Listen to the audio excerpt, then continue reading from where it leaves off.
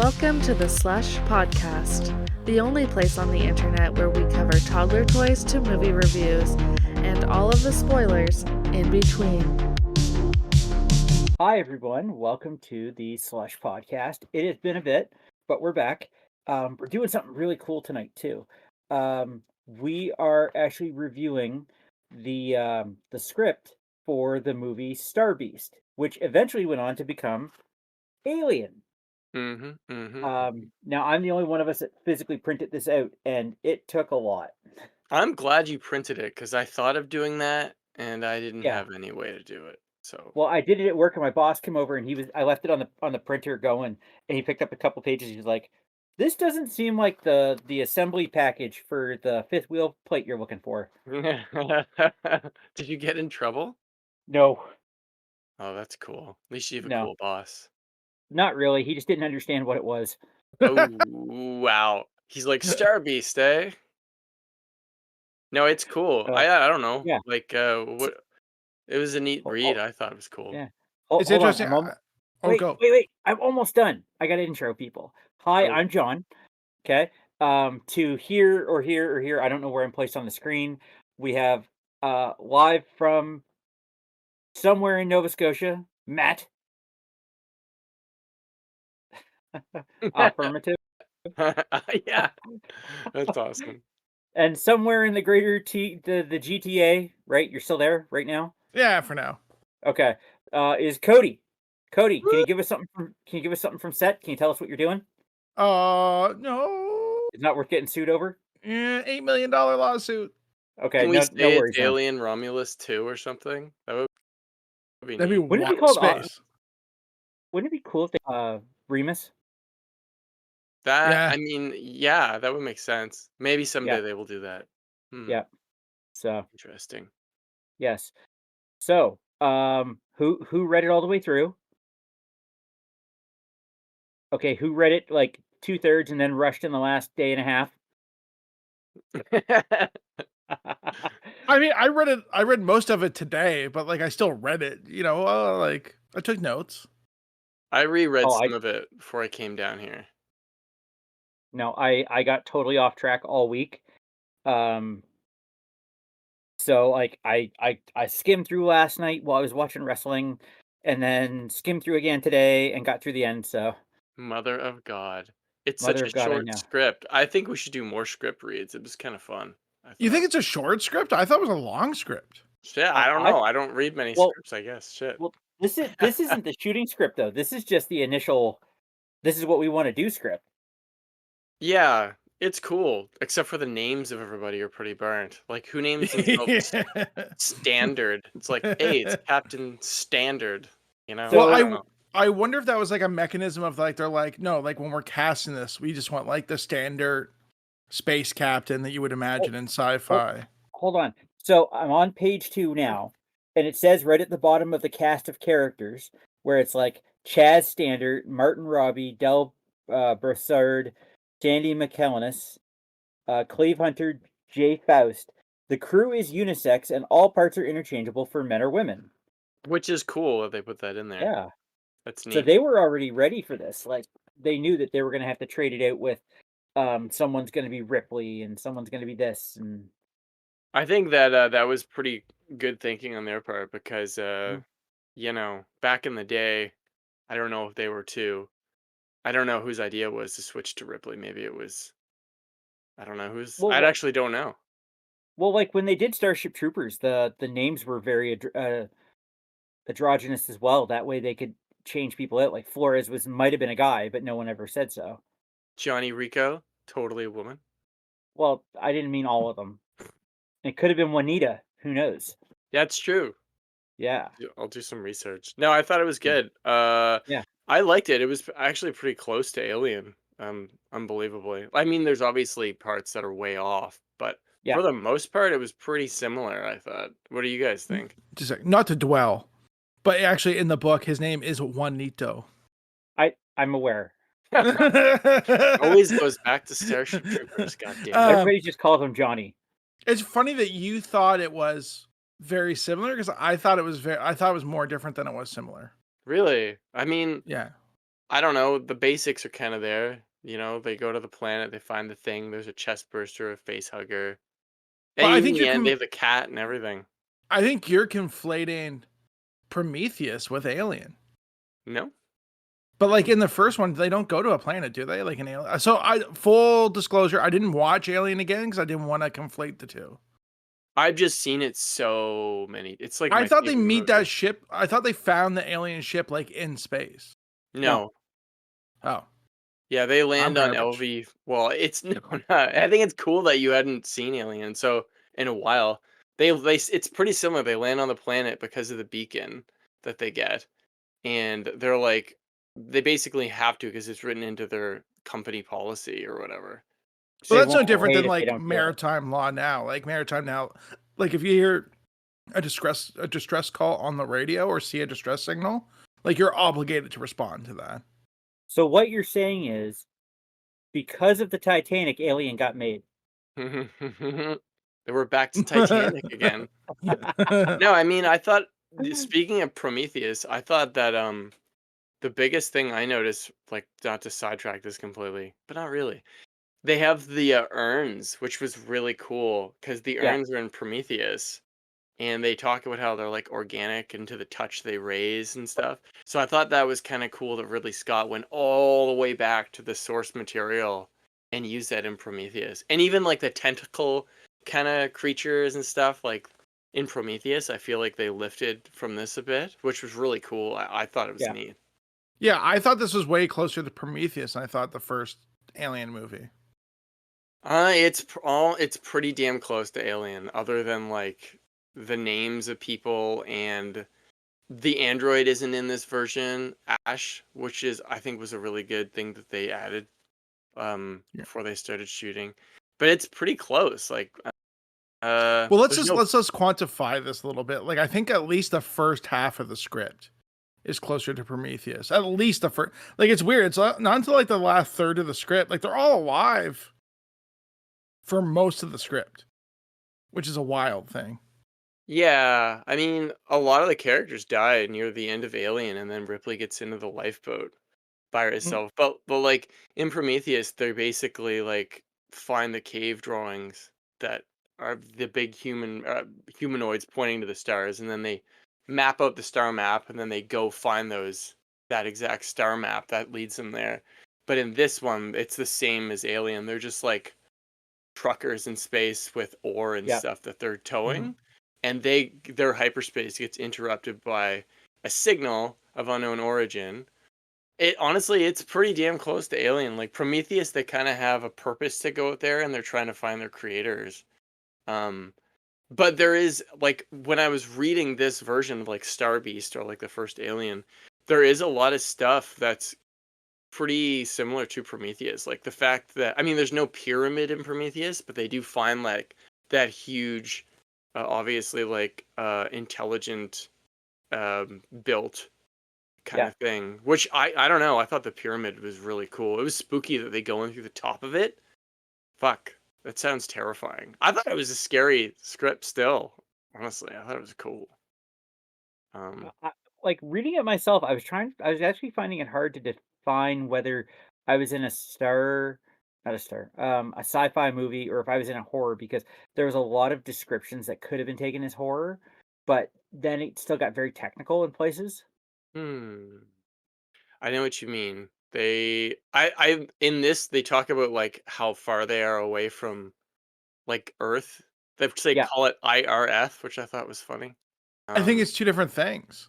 is it? Do you think they don't? You don't think our solar system is like that's what they're Well, referring to, right? at first I thought they were like I thought it was like a dialect thing, like that guy had like some kind of draw, but I think it might be a colony. Or maybe it's a designation for like a shipping lane for to go back to Earth. Because everything else he says is like, at no point do you ever are you like, does this guy say anything that's like, they never correct him and say, actually, do you mean, or like, you know what I mean? And everybody I think refers to it as Earth. I It could only be the thought same planet. I only thought Earth You because they have the little star map in it. I don't know if you can see that, but it's in the screenplay. And they have Yeah. Earth in the center, which I thought was cool because I guess they did that when they submitted the screenplay. Like they had the pyramid drawing, and they had this little lights, how many light years everything is away. This is the first time I've ever actually thought about how far they are away from our solar system. Can I say one thing about the drawings in the script? Is like, how funny is it that they describe like the alien etched a triangle into the dash or whatever, and then they just drew a triangle in the script as if we don't know what a fucking triangle is. Like, Yeah.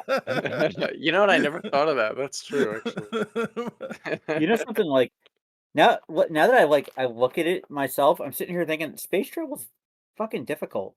Yeah, it's so far apart, man.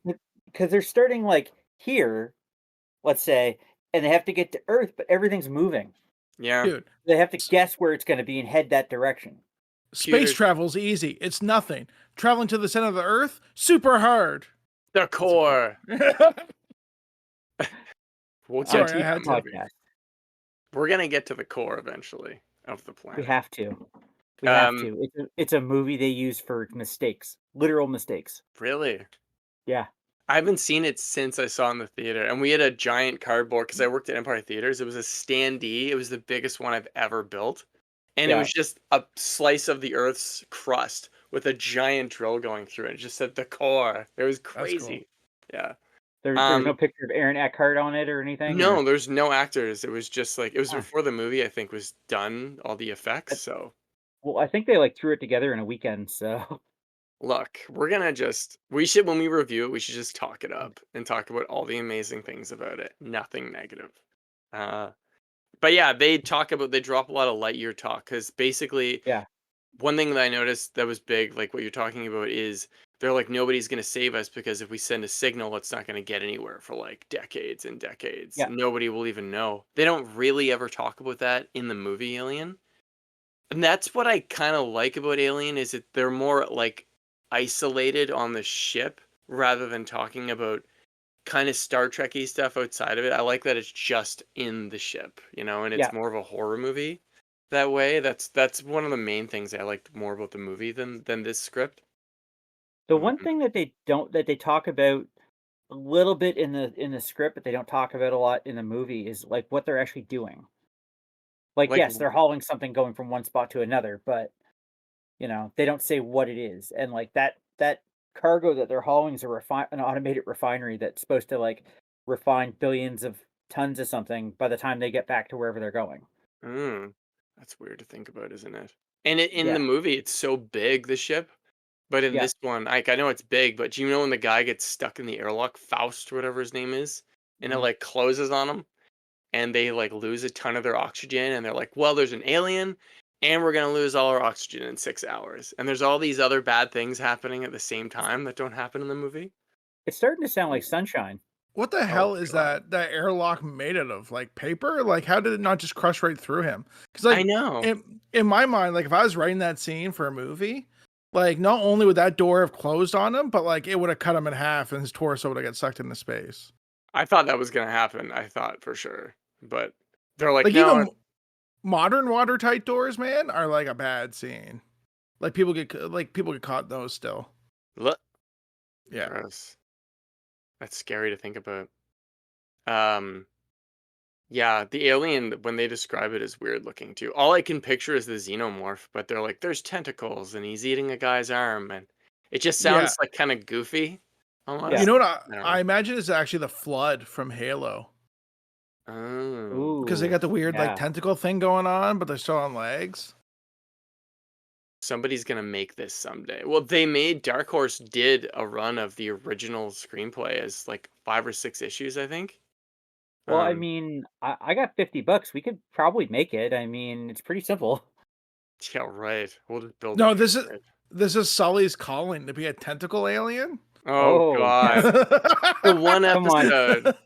He's not even here to defend himself. We actually have tentacles in this episode, and Sully is not. He refuses to read these things, so he's not. I don't know. Fuck you, Sully. Read the screenplay. Do you think he can read? Yes, he reads manga all the time. He learned Japanese. He's just faking it. He didn't learn any Japanese at all. This would be so much better if Sully was here, but that's fine. Yeah. He needs to read more. I'm just saying that so he reads more. I've tried to get him to do these things, but he said he will not read any of them. He won't read a single novel, he said, ever. He's missing out. It sucks. It really sucks. Um, you know what's Uh, weird is there's no Ripley in this. It's just what's the name? Robbie or Roby? Robbie? Yeah. That's the last survivor, right? yeah, he's like the first mate. I love that the cat made it through. Like, it's Jones. Like the cat is still in the first draft of the screenplay. But what a cooked thing! Like spoilers, spoilers. If you haven't read this yet, like at the end, is it too soon to jump to the end? No, I'm no, looking not at at it all. right now. For them to be like big reveal of the alien egg on the Well- outside of the ship. Like how the hell? Yeah. Like what? Like it should have been the cat. Let's be honest.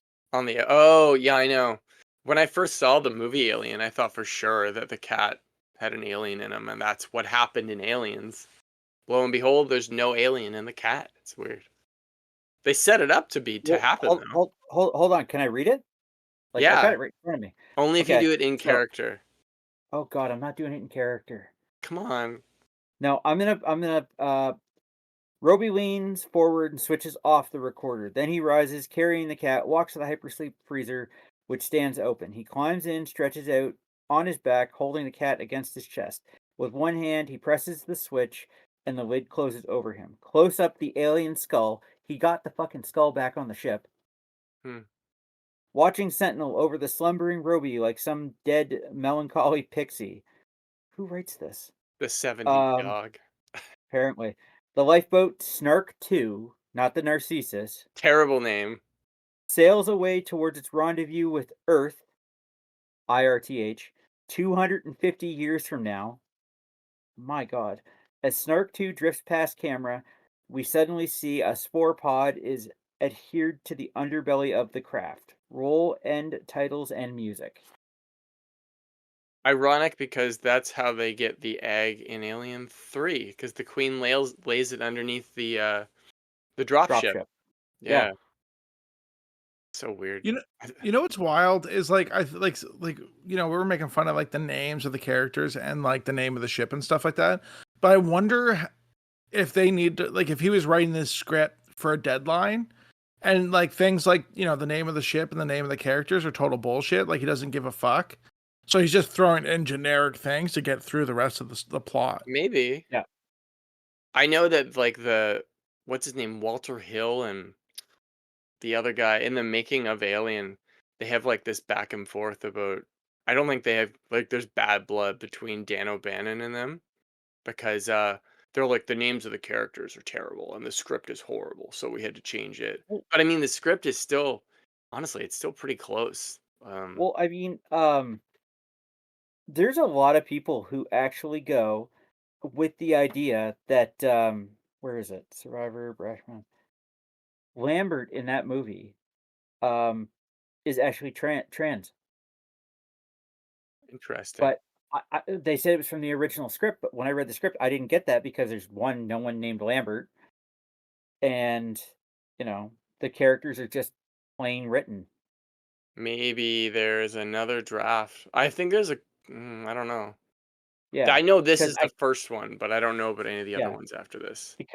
because they said that the character was written for a man, so Hmm. the way that the actress played it definitely was not for a man. Well, I know that it's implied in the shooting screenplay that Lambert is sleeping with Ash, the android, which is weird, and that Ripley is sleeping with Dallas, the captain. Yeah, okay, I could kind of see that. I mean, that's another episode, but that's apparently what they. I've watched a lot of Alien things in the past week. It's bad. Do you think that that like there's just a straight up that like if this was a ship full of guys, they all would have just died? So like don't they had know. to write in like a smart lady character to be like, this is why men die so fast. No, in one of the screenplays, the shooting ones they were using, Ripley died in the original, so there was no survivors. So I don't know. Like I think this went through a lot of changes. It's pretty crazy. So, do you guys remember back when COVID started and everyone was like, "We just have to follow the rules and we'll all be okay"? If we break quarantine, we could all die. Yeah. Exactly. So a meme popped up, and it was like this. This disaster was because one person didn't follow the rules, except for Ripley. So be like Ripley and fucking keep your distance. Yeah, I remember that. Yeah. It's funny because in this screenplay, who was it? Like one of them slaps the other one for breaking quarantine, right? And there's Yeah. this cut scene. No, no, it's the other way Somebody gets around. slapped. Robbie wouldn't open the door Right. to let them on, and the captain slapped him for like, Not like letting them Robbie on. was in the right, but like the Yeah. captain was like, "You told me, I told you to open the door. You opened the door." And Yeah. Robbie is basically Ripley, right? Because Robbie's Yeah. the survivor. So yeah, and like there's a cutscene in Alien where they forget the girl's name who plays Lambert. She slaps Sigourney Weaver in the face. And Ridley Scott said just do it without telling Sigourney, and she goes in and it's all you can watch it. And she fucking slaps her so hard across the face, and Sigourney Weaver is so shocked she almost falls over. It's an amazing take, but in the movie they just edit it so like the slap isn't there, and you just see Sigourney Weaver kind of like totally bewildered, like sit down, and it's crazy because I just thought it was funny because the slap is in this, and they shot the slap, and then the slap got cut out. So if I'm gonna take this off on a wild tangent, so do you think if they left that in, that would have been like one of the coolest cut scenes ever? Getting the slap, Yeah. uh, I think I they think should it have left happens it more in. than you think. Okay. So because I had a Tarantino weekend, and I watched The Hateful Eight, and there's this scene where Kurt Russell takes a guitar away from the girl who's playing it and smashes it on the ground, and it turns out that in real life that guitar was worth like $500,000 to a museum because Tarantino doesn't like using replicas. Is that Um, true? It's true, is yeah, it? and That's crazy.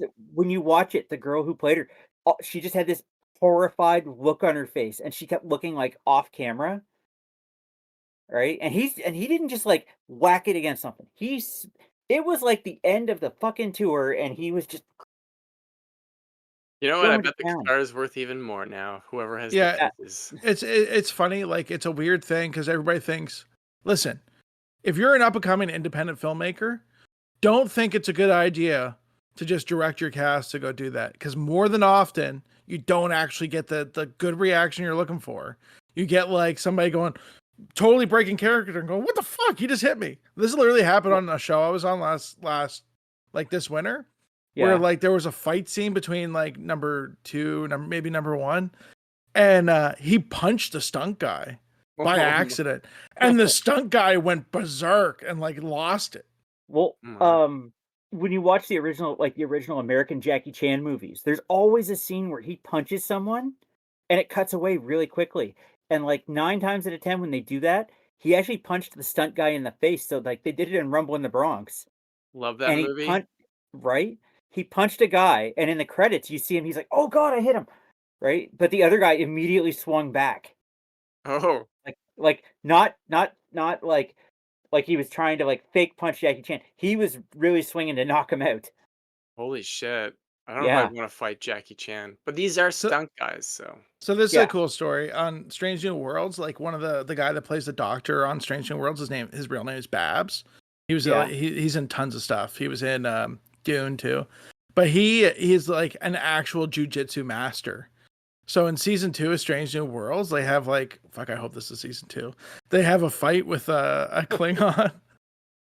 Dude, I just watched all of Strange New Worlds. That's not in anything. Okay, cut this then. No, I'm joking. I'm joking. I'm joking. I haven't seen any of it.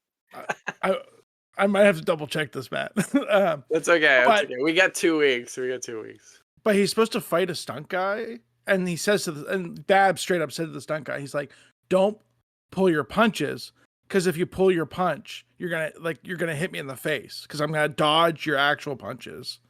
So if you're punching off to the side, it's not authentic." And the stunt guy's like, "Well, what if I really hit you?" And Babs is like, "You're not gonna hit me." And yeah, so Babs did the whole thing like himself. Dear God.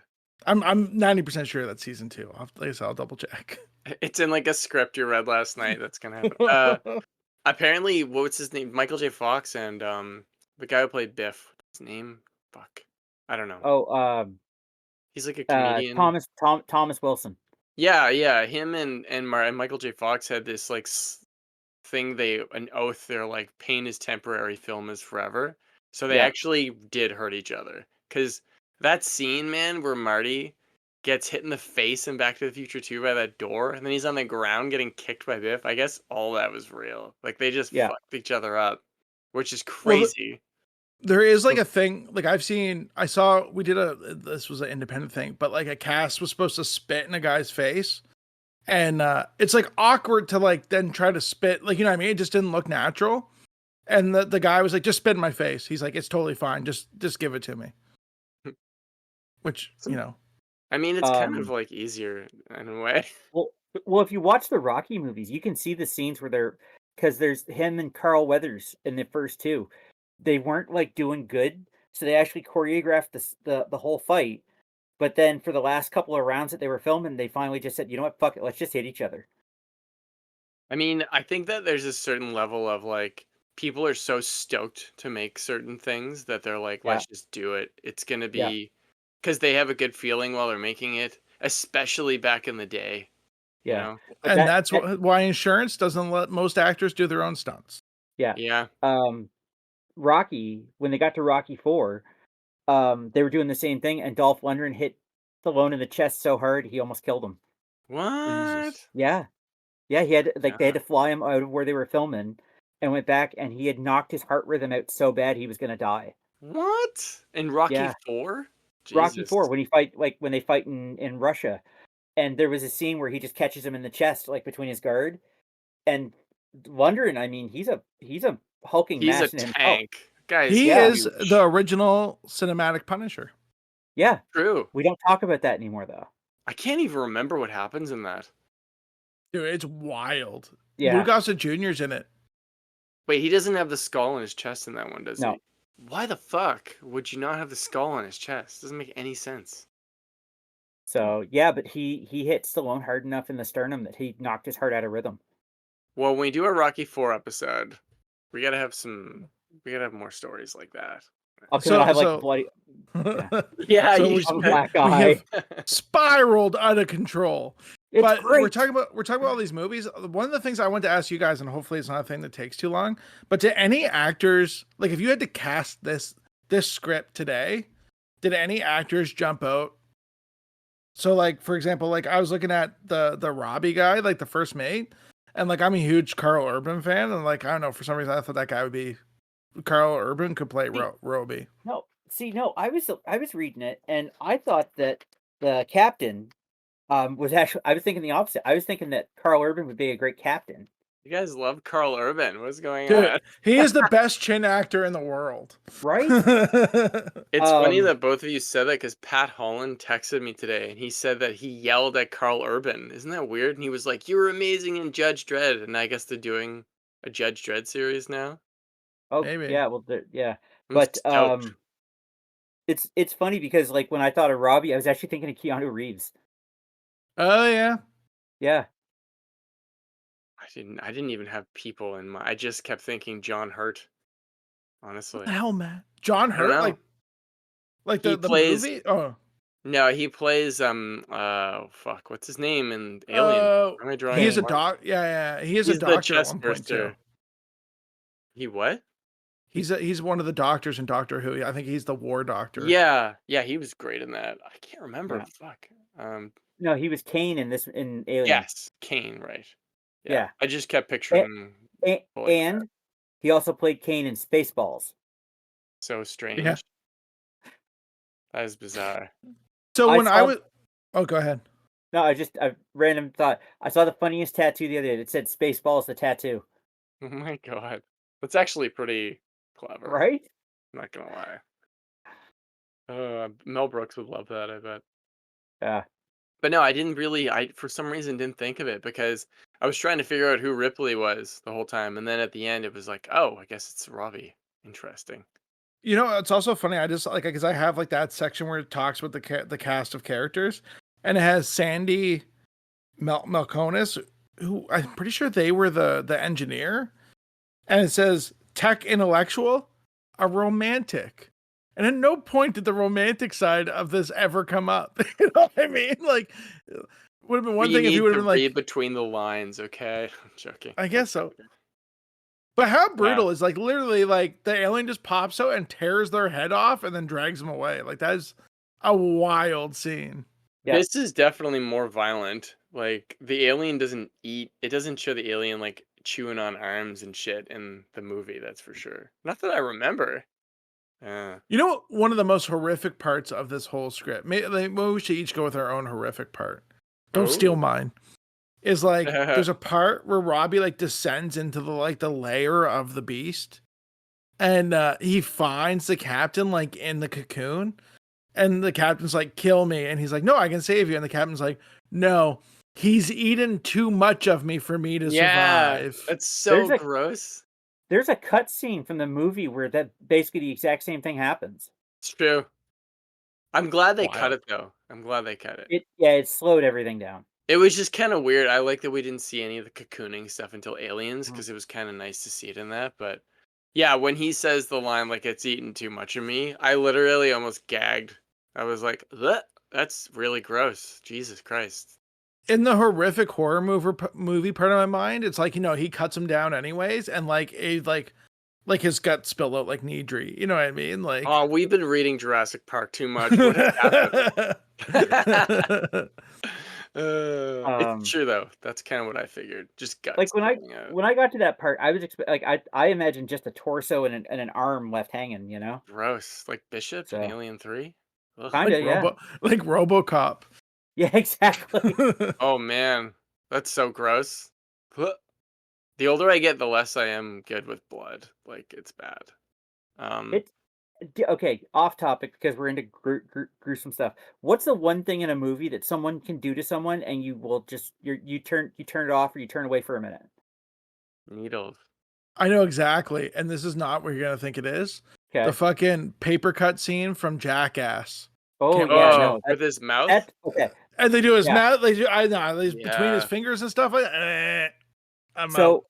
So for me, I've been rewatching Band of Brothers, and this has happened twice in that show. A soldier gets like these 3 fingers shot off, and I started thinking back to movies where that kind of thing happens. I'm like, you know what? That I can watch someone get like run into a bandsaw, or their head ripped off by an alien, or them explosively decompress.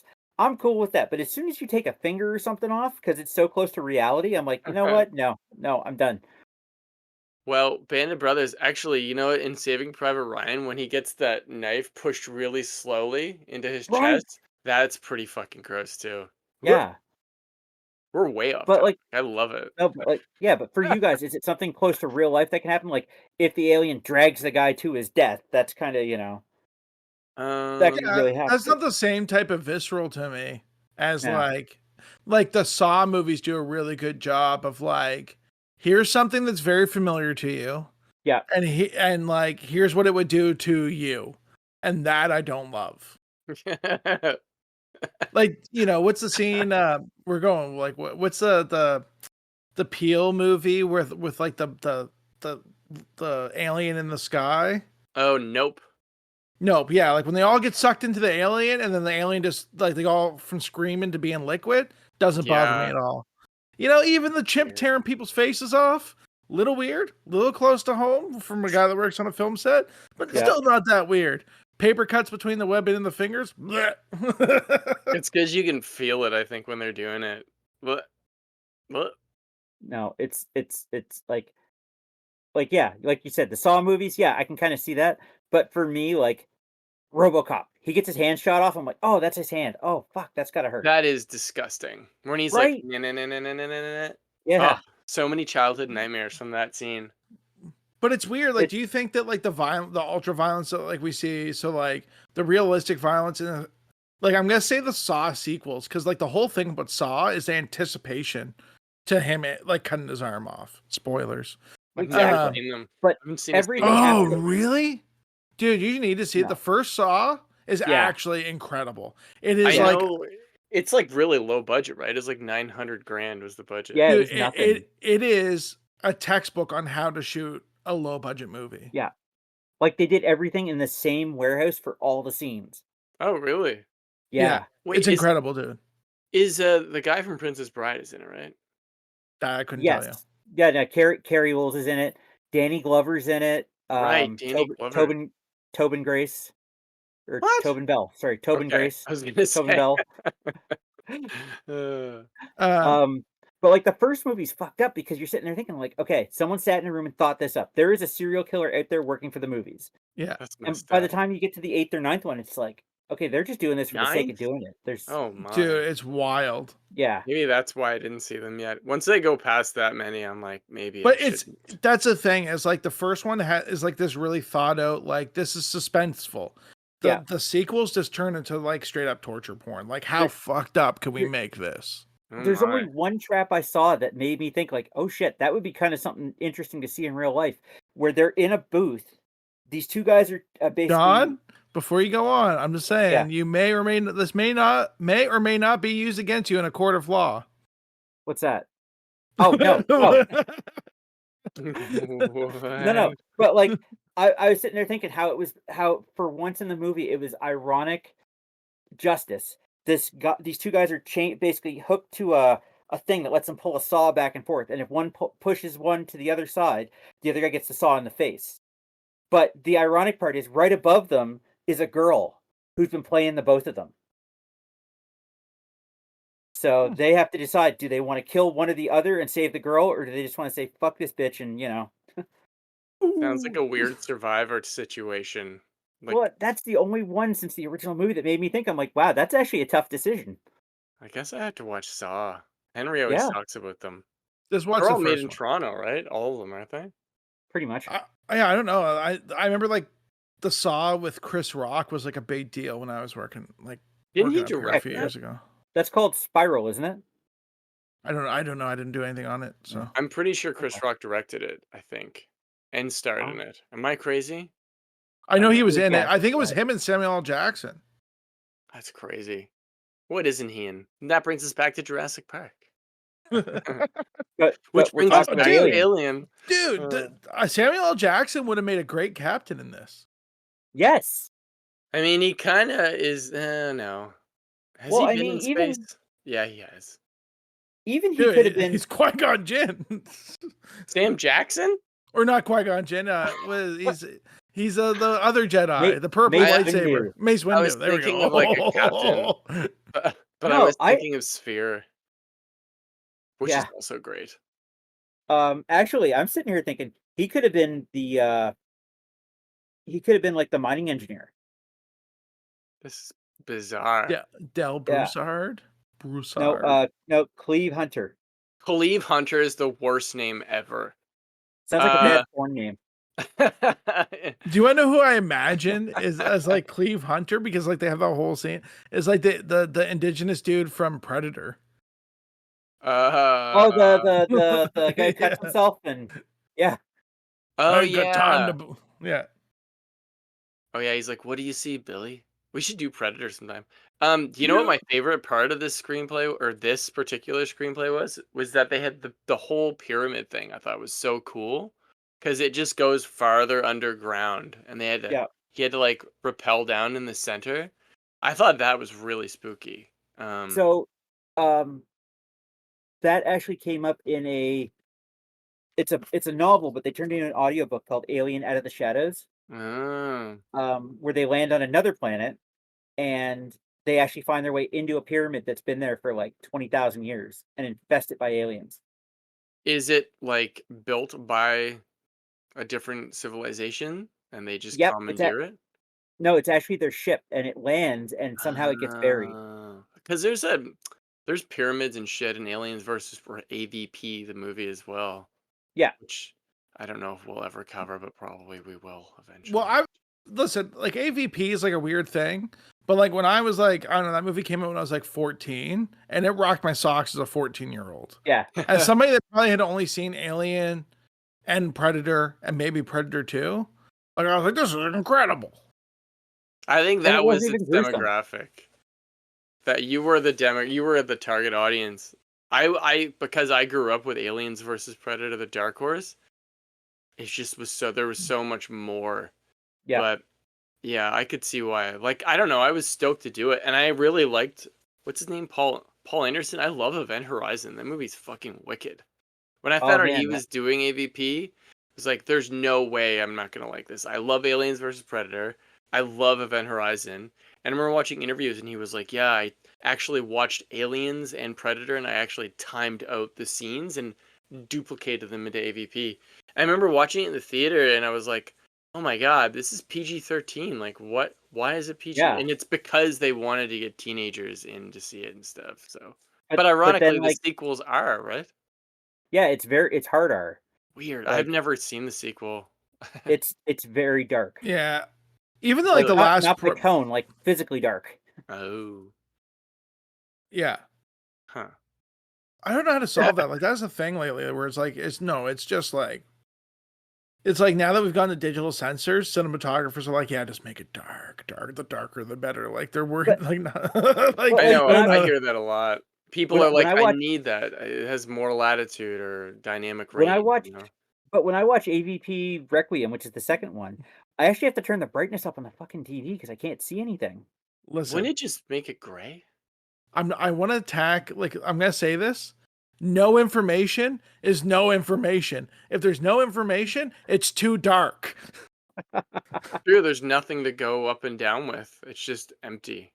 That's the Yeah. problem. Is like both you get like not to mansplain this to you, John, but I'm gonna mansplain it to the audience. There's two ends of the spectrum. If it's Oh. too dark, there's no information to enhance. If it's too overexposed or too bright, there's no information to enhance. Either if you're in either end of those spectrums, you fucked up. Okay, Cody just got us fucking canceled. Listen, I mean- the camera union does not have that much sway. They that's what I get asked for the most is the Alexa 35 because it has so much dynamic range. So it's almost like harder now to under or overexpose because it's just capturing the entire like log of information. So you could just turn the fucking camera on and just shoot at this point. It gets kind of weird. And then you can just bring it in and post and like pop that here and bring that down there because it's starting to just record information in auto. And it's weird. It's really weird. It's a lost art, I think, of cinematography. I get canceled now. My career is over. No. You're fine. Somebody else mansplained something. That gets us canceled. Is it mansplaining if you're explaining it to a man? Is this but dark territory right now? It wasn't just me. It's the audience. We just got canceled. Oh, I see. Well, I'll just call this the "We're Getting Canceled" episode. Then it'll get more hits. We'll get more hits. Next week, you know, the slushy podcast featuring just Matt and John. No, just Sully would take over. Sully's writing his own episode right now, solo. He got inspired by Cody doing his solo bit where I like ran away. You mean one of the most awkward things in my life is being like, Dude, when I was editing that, I died laughing because I knew that part was coming up. Then when it gets to you and you were like, so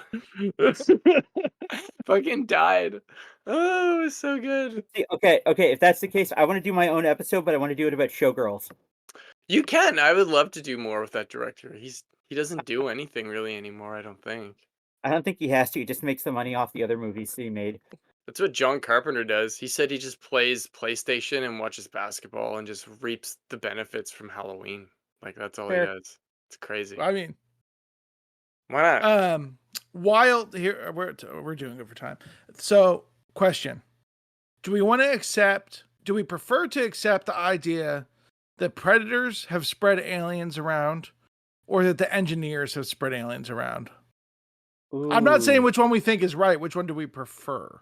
I don't think that either of them spread them around. I think that the engineers stumbled across it, across the xenomorph species, and I think that they took them and used them as weapons from wherever. And I think the predators also stumbled across them. I don't think we'll ever find out where they're actually from. No, That's but I so think like the weird. context of like meteors, or not meteors, pyramids. Like, do we think that like some race like the engineers built that pyramid, or do we think it's like the world where like predators are putting the xenomorphs in places for them to hunt? Or do we think the engineers and the predators have like a deal, like they're trade partners? There is a comic Hashtag book where they fight. Wait, hold on. hashtag tariffs. Wait, does that mean that any eggs made by David the android have a tariff on them? See, that's a whole plot that's never. We don't even know where that goes yet. We need Ridley Scott to make the third Prometheus because he said that David's all the shit that he makes in Covenant, that is not what is in Alien. That is Yeah. not it. So whatever is at the beginning of Alien is not what David made in Covenant, which means the xenomorphs already existed for like a long time because they say in Alien that it's like fossilized. It's so old, basically, the engineer's body, right? Like, I know it's an engineer from Prometheus in the space jockey seat. Side note, apparently the space jockey term is from what's the guy's name who wrote Starship Troopers? Oh, Hydra. Heinlein. Heinlein. Yeah, he wrote some thing in the 40s, and that's where the term space jockey is coined from. I know, because it's supposed to be like a mundane thing, like a desk jockey, but in this novel or story he wrote, this pilot is like an airline pilot traveling between the moon and Earth, and he's a Wait. space jockey. So what you're saying is that the engineers in Aliens Our Starship Troopers. are no, they're basically space truckers. I don't know. I mean, they're at any engineers. point, like if you're traveling through space, 9 chances out of 10 you're a space trucker. Yeah. Yeah, I want to be a space trucker. Be cool. I mean, it doesn't sound like it from the books. Like they all. Yeah, I mean, like look at like every case that we know of space truckers, it goes horribly wrong. There's a movie literally called Space Truckers. in the movie, which it all goes horribly wrong. That's true. Okay, I take it back. I take it all back. The company made me say it. It's funny because Sorry, it's just Wayland Corp. It's not Wayland Yutani. I know that's all it is in Prometheus. There's no Yutani yet in Prometheus. Yeah, well, isn't Yutani a separate company that like absorbs Wayland? Yeah, before they get bought out by Walmart. Yeah, it's I'm pretty sure that's a thing. company. I think it's a Japanese company. So in the lore, after Peter Wayland goes missing, Yutani buys out all the outstanding stock, and then they become Wayland Yutani. Makes sense because they're Yutani and Covenant, so it's not too long afterwards. That makes perfect sense. Yeah. But they don't ever say Wayland in Alien, to my knowledge, do they? No, they just keep calling them the company. Yeah, like they don't ever say. Apparently, there is like some screen that says Wayland and it's Weylan Yeah. in the background, but I don't think they ever actually do it until Aliens. Wayland is probably like the name of like the production design PA or something like that. You know what I mean? Like I'll find out because now. you ever hear like a Jeffries tube? You know what Jeffries Yeah, tube on is? Star Trek. But like the production designer's name was Jeffries. And apparently like they tortured him with the tube. Like that guy sounded like he had the worst job ever. The guy who made the Cardellini, that's his last name, I'm pretty sure. Yeah, I mean there's again, not the mansplain thing, but there's a thing in the film industry in Eastern Canada called the Dum Dum, which is this like frame that goes on a light. And supposedly it was invented by a Toronto technician. And when the first cinematographer saw it, he's like, "Oh, that's a great idea. Who came up with that?" And they said, "This guy." And the cinematographer went, "That Dum Dum?" And anyways, that's how those supposedly got named. That's hilarious. That's a true story. Apparently, Tower of Power was invented by a guy at White's back in like the early 90s. Who was probably doing a lot of cocaine. I mean, who wasn't back then? Is that frowned upon in the film industry? It's getting there. Okay. I love how we started Alien and we're ending at Tower of Power right now. Like, this is very bad. This might be the farthest we've stretched this content out. No, it's good. I mean, like, yeah, I guess we're winding down, aren't we?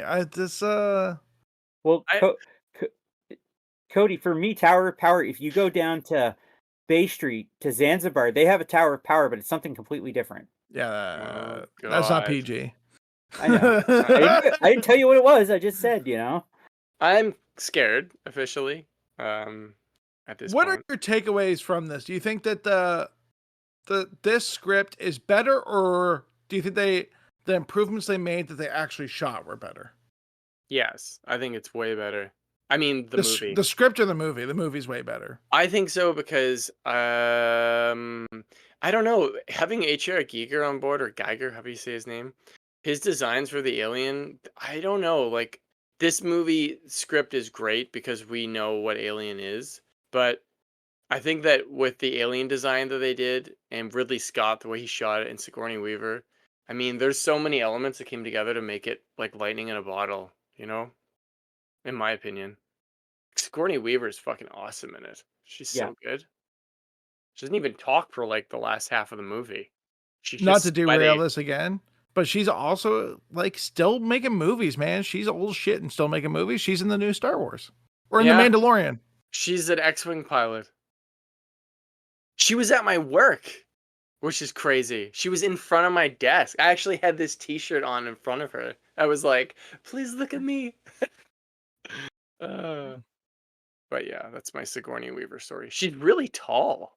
Yeah, Yeah. I did. Really, I really did. I was actually did water safety for her on that movie. Good times back in the day. John, Great. what are your thoughts? I like the movie, don't get me wrong. Honestly, the way that this is written, this could have been like a short novel, and it probably would be good, but I don't think they would have optioned it for a movie until someone came along and said, "Hey, this is a good premise. Let's start with this and go from there." So it's good, but Do you I think if it was a short novel, somebody would have said, "This is too close to whatever the original title of the thing was"? so if Star Beast had become a short novel, Yeah. do I think it still would have been Alien? No, like if they would have wrote that as a short novella, I think like the Yeah. original like novella for the thing was called like "Is Somebody There?" Yeah. Do you think that like they would have passed on publishing that because it was too close to the thing? Oh, I think someone would have put this right back in the rack at the car wash and walked away. Yeah. So Apparently, the chestburster scene is what got the movie picked up.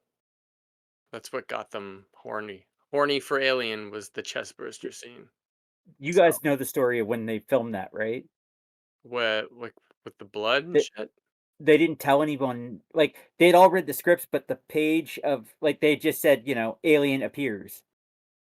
And when they went to set, John Hurt was already set up with all the prosthetics and stuff. So the look on their faces when that thing busts out of his chest is legitimate. I can't believe that. I You know how can't much believe that testing either. goes into that? Yeah, That's there right. There Why? so many things like all connected there too. Like literally a dude like this weird like puppet situation. I can't believe that's true. No, every single one of the cast, they all There's a admit it. man under the table. They're like, where's the guy under the table with a puppet? I don't know. Like when Lambert gets all the blood in her face and stuff, she didn't expect that. I heard that it was just a lot more blood than they thought that it was going to be, and that's why. Which I can totally believe because like special effects people have this tendency not to call it special effects people. We're calling But out everybody. They say like, "This is the test." And you do a test and they go and they turn the valve 2 more times. Which is great. Dude, on the lighthouse, I was literally on top of a set and there's a scene where like the water crashes through the window, like they get hit by a wave. And I literally watched a special effects coordinator go over and turn the valve at least 2 more times. And I thought, oh, that's not good. Fuck the movie. So, no, we should do Hold on. Lighthouse episode. Before we close out, Cody, do you want to call out like directors, craft services, gaffers, anything like that before we're done for the night? Who else can I call out? I don't know. Like I don't know. I mean, Let we me got think about plenty it. of episodes in the Dude, future. We could there's pick way every more person. departments than that. Yeah. Don't even get me started on those LED guys. No, I love those LED guys if anybody's watching. They're never gonna watch. Maybe they will. Maybe they're watching. Well, I thought that we should read the screenplay because I love Alien, and I've never ever. When we did the Contact episode, finding out that there is a screenplay completely unavailable to the public that the director of Mad Max was gonna do, and it's closer to Interstellar. I was so bummed out I couldn't find that anywhere. Like, it is not available, and it sounds amazing. So it was like, man, I love Alien, and I heard that the original has got some pretty crazy differences. So, but upon reading it, I mean, it's quite different, but also quite similar. I don't Mm. know. I don't know. You That's know just what? what I think. Not to dwell on minor details, but I think the production design was a thing that I noticed was really different. Not to linger and sidetrack the end of this, but like I actually downloaded the original script for the movie, and it talks about like that whole opening sequence of them being in the pods, and it's like, oh yeah, it was describing things as like ivory hallways and stuff like that, and in this script it's everything stainless steel. So I don't know, I like if I had to choose between the two worlds, I think I would choose the movie world, and like I appreciate reading the script, like this new script, but I don't feel like I lost out on it. Like I don't think that I'm not like, let's get this one made as something else, if that makes sense. You know what I mean? Well, I'm gonna review the comic books eventually because they did actually do all this screenplay as a comic book, and it's like identical apparently. And they have the pyramid and they have the aliens. Well, So that'll be did fun to do anyone down the road. like when you guys read this and then you watch the movie? Do you get the feel that after the alien actually shows up, the ship actually seems dirty? Like it's clean when everything starts, and then it just kind of falls apart, kind of so to speak. I mean, all the oxygen gets sucked out, so ship flies around everywhere. Is that Well, what there's you like the mean? part where like it destroys like their food supply, Yeah, and then there's like, yeah, like the ship gets sucked out. But I mean, I think it's dirty, like, you know, to get back to like the quarantine like aspect of this, I think it's dirty as soon as it hits the planet. Like they talk about like the sand getting in the engines and ruin the engines. yeah. Like, you know, like Buddy's sick because he's fucking impregnated by an alien. Like, I don't know, like I think as soon as they choose to divert and go to this planet, and then they throw out all their, like, I think that's the second where things start getting quote unquote corrupted. Yeah, I can kind of see that. I also think that the it's kind of funny. This is like a trivia thing, but apparently when they made all the sets for the movie Alien, they were not claustrophobic enough, so they sawed off like a foot and a half of all the sets for the Yeah. spaceship, and they dropped it all down. And Sigourney Weaver just cleared the doors, I guess, but it helped. And they kept repainting the sets, which you can't even notice, I bet. But the sets change color all the time in the movie, and they get darker and darker, which is weird. Maybe that's why I get that feel. I don't know, maybe. Like an They Alien, the talk movie? no, in the script they talk about a particular part, like where they store like all the mining equipment is like particularly dirty. Like they said that in this script. It's kind of weird because it's a 70s. Since it's in the 70s too, they're like, oh, we're gonna run out of oxygen. Like, oh no, we're gonna run out of food because they're going off like Apollo era space travel stuff. But if it's that far in the future, I gotta believe if we know how to do light speed and like hibernation, we probably have some type of food that's like grown on board and replenished, and also oxygen would just be like created somehow. But it's very I like 70s smaller thinking back then when they wrote Alien. I don't know, man. I think they're actually on point with like this is how much awake, especially with in a world where like you can just go to like quote unquote a hyper sleep or whatever they called it, like a cryostasis. I think it's like kind of on point to be like, this is how much not a sleep time you're budgeted and how much time you're supplied. I just think they would already have like if something were to go wrong, if they're supposed to answer these calls or whatever. I just feel like the lessons learned from the Titanic with the lifeboats, even the lifeboat only having one cryo tube, it's like, Yeah, that's a well, wild idea. I just and the dust getting in the engines, I'm like, I feel like they would have probably had, Yeah. just shit like that. They just wouldn't have that. Like if we're talking about it's gonna take 250 years for a message to reach Earth at this time when they're answering alien signals in deep space, I gotta believe dust won't affect the engine. I gotta believe they're not gonna run out of Well, efforts from goldfish in well, space, you know? like you're talking about that, and we're talking like if you go and you watch Star Trek, whenever they land on a planet, they always talk about closing the engines off so they don't get dirt in them. Sure. That's Star Trek. So This is right, my alien vision in my I head. know, but I'm just saying in science fiction they still account for dirt. No, I'm sure that there's versions of Star Trek where they're way in the future. Because which one are you talking about? Voyager. So what's after Voyager?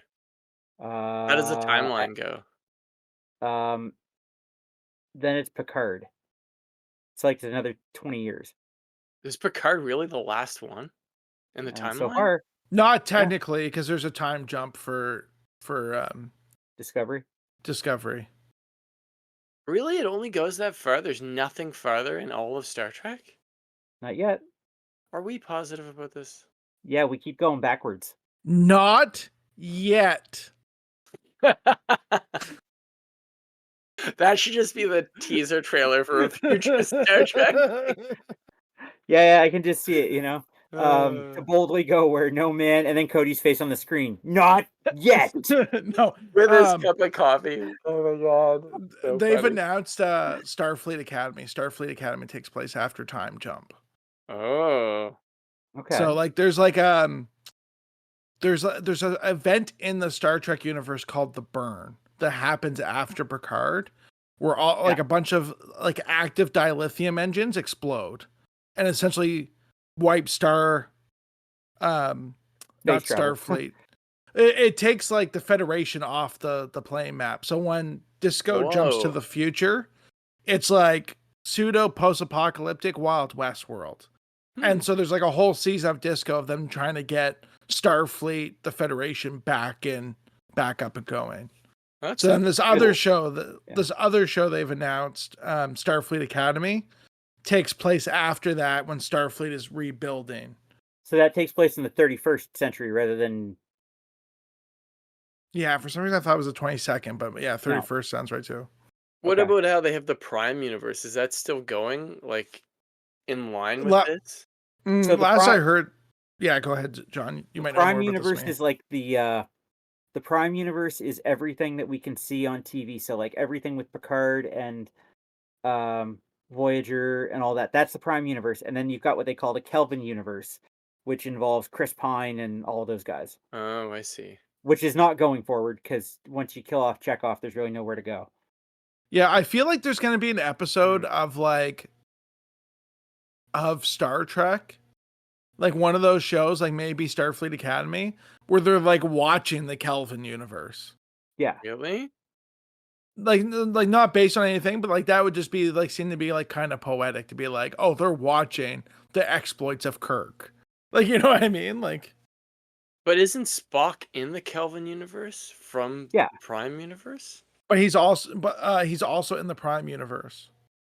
So to quote something you would know to explain the Kelvin universe, in order for them to get there, they have to use a bunch of wibbly wobbly Are you throwing in a Doctor Who stuff. reference? Yeah, I am, because that's how they get to the Kelvin I universe. thought that Spock made that like antimatter stuff. Remember to like save Everything that happens in the Kelvin universe and everything that happens in the Prime universe are like separate. You have to treat them separately. Yeah. So it is Spock though. It is the same Spock. That's what's tying these together, right? The Spock from the Prime universe travels back in time accidentally. The thing that's going to fuck with your brain, though, is like there's a Spock that was played by Leonard Nimoy in the original series as one of the, quote unquote, those old scientists.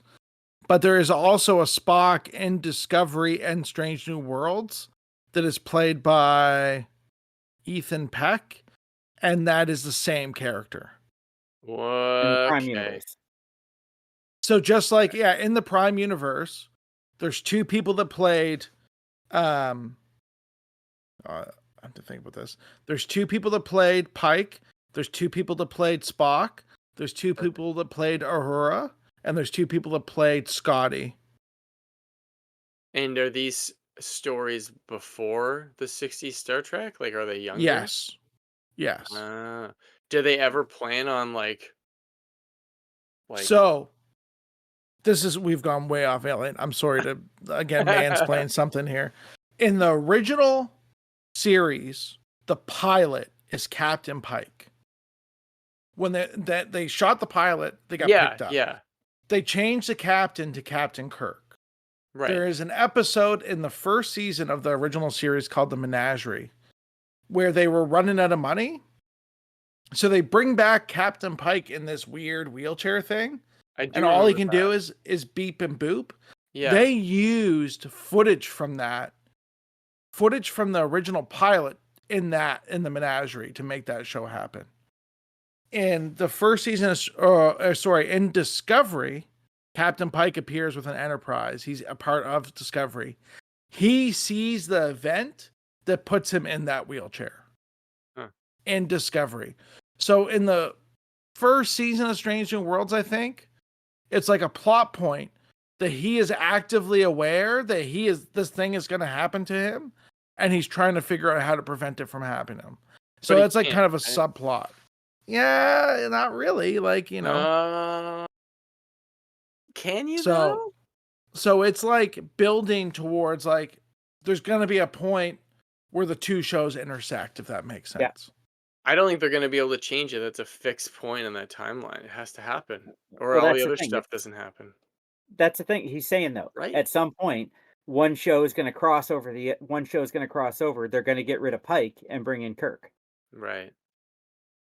which will probably be the series finale. Well, Kirk exists in Strange New Worlds.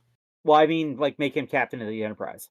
Yeah, I think Kirk is serving on the Farragut in Strange New Worlds. How do you think that they would interact with the xenomorphs in Star Trek? They'd all die. Yeah, Well, funny you should say that. Oh, here we go. Because like the Gorn are heavily based on the xenomorph, but not dissimilar from the xenomorphs. Mm-hmm. I feel like they would all die probably though. Right? Because they've got acid for blood. Oh, that was something I never thought of. Did they say in Alien that they can't kill it on the ship because it'll melt through everything? Do they actually say that in the movie? Well, they never say it specifically. Like in Aliens, she's like, "Oh, it has concentrated acid for blood." Well, how would you know? Because you didn't injure it. Like, they didn't injure it at all in the movie. No, So it was just a face hugger, right? Yeah. No, I thought they tried to cut it off, didn't they? Like, there's definitely a part where they realize that the blood's like melting through shit. Well, There's they a try to scene cut the face hugger finger, and then that's when the blood goes through. But they don't actually know if the xenomorph has acid for blood. Yeah. Now, I know that there's a scene that was slated to be shot, and I think they cut it, but it was like they caught it in an airlock, but the door closed on the xenomorph. So like it lost an arm, and it just chewed away most of the airlock. Well, that happens at the end of this script, like when he like ejects the xenomorph and then closes it like the arm. Yeah. So I was wondering about that. Yeah. That would be crazy though. Imagine if anything had acid for blood that we came across. Holy fuck. That would be tough. See, now I want to see Star Trek go up against the xenomorphs. I feel like it exists in comic book form somewhere. It should. I'll look into it. I have almost all of them. So someone has to go to Disney. Someone has to go to Cody. You're good with Paramount. Let's go talk to them and see if we can make this happen. Make some calls. Yeah. Can you imagine? I just stroll up to the monitor tent and like, yeah, bye guys. Like I'm electric, but yeah, seen any xenomorphs? What do you think of the xenomorphs? Yeah. Like, and let's not just let them loose on like Kirk's Enterprise. Let's put them on Picard's Enterprise with all the children and the families and stuff, and see what happens. Put them on Deep Space Nine. That would be the craziest one.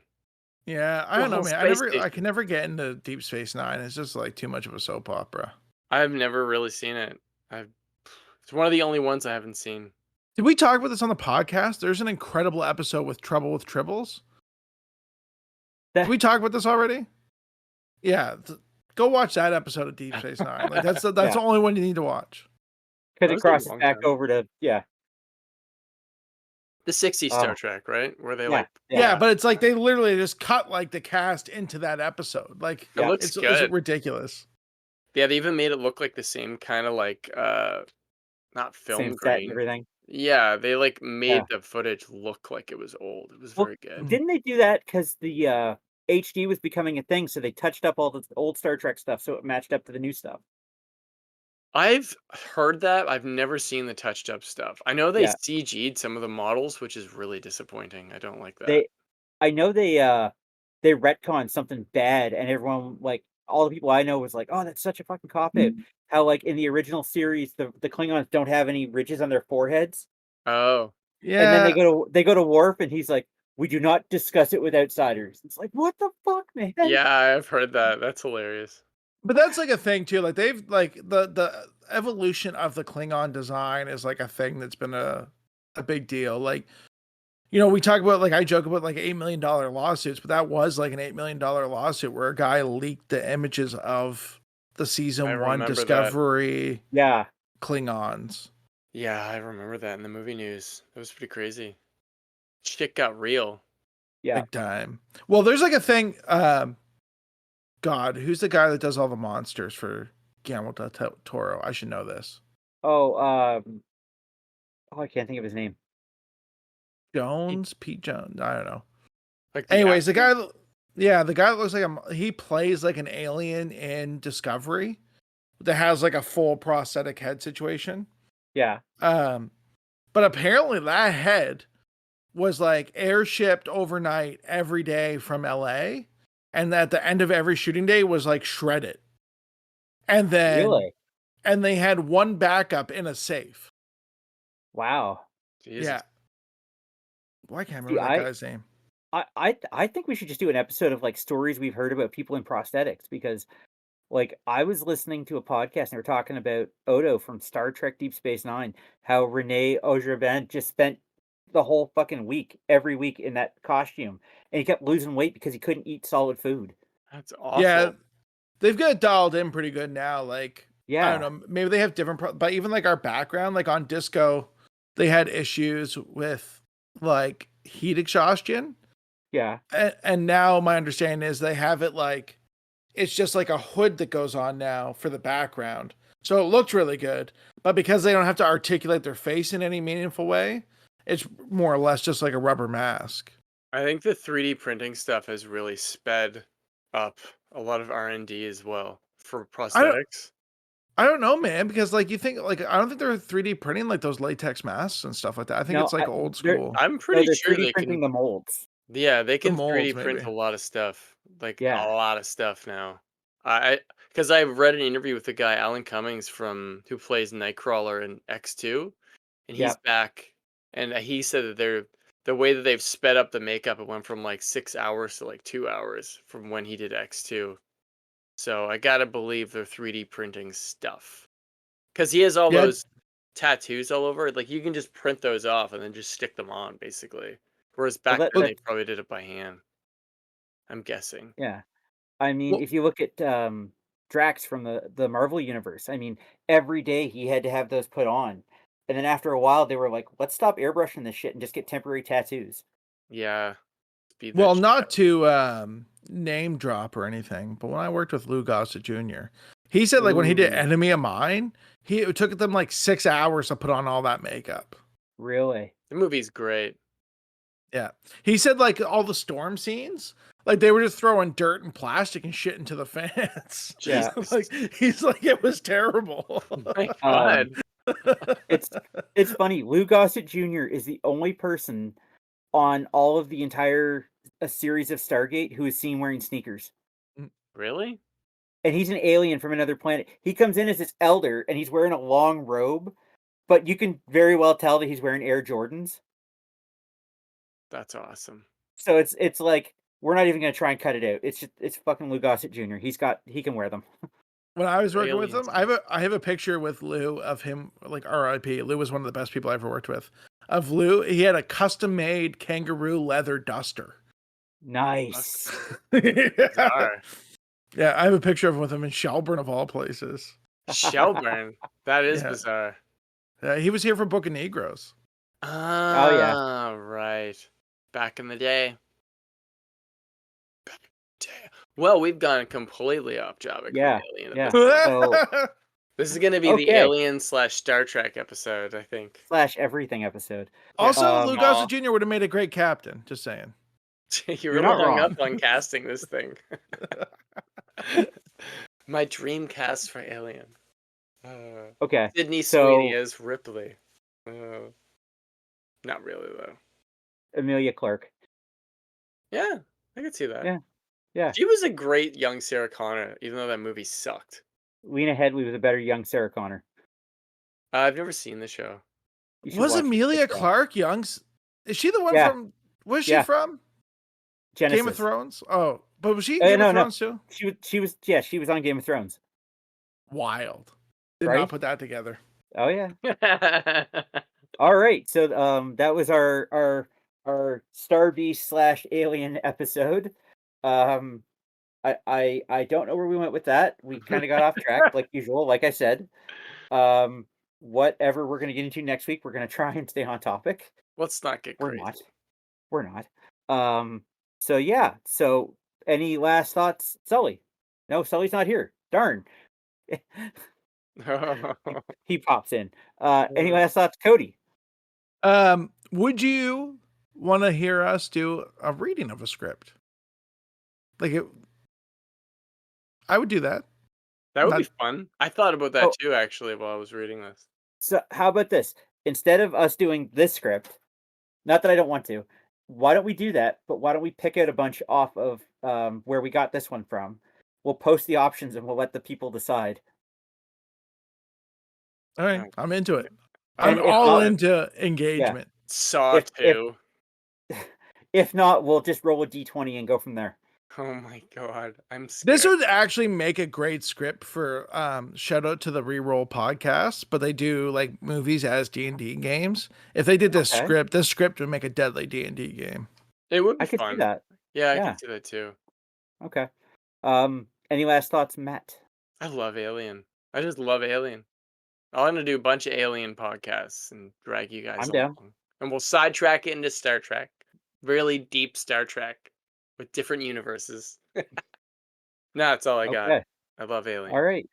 Well, guys, it was a pleasure, like always. I guess we're out for the night. All right. See you, everybody. Oh wait, you should be like, this is John Underhill signing Oh wait, off. wait, hold on. Sorry, I have to do it the old way. Make sure to subscribe to us. Subscribe to our podcast wherever you get your podcast from. Check us out on YouTube. I'm not going to scream like Sully. This is John Underhill, last survivor of the Slush podcast, signing off. That's awesome.